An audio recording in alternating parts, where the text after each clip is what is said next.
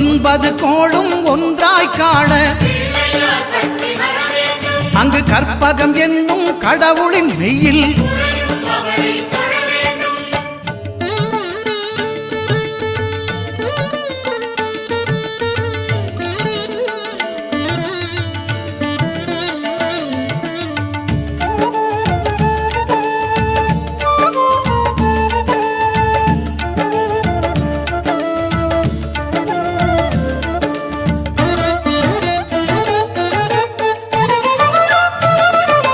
திங்கள் பகவான் திருமுகம் காண அங்கு கற்பக பெருமான் தொப்புள் குழியில் திங்கள் பகவான் திருமுகம் காண அங்கு கற்பக பெருமான் தொப்புள் குழியில் பார்க்க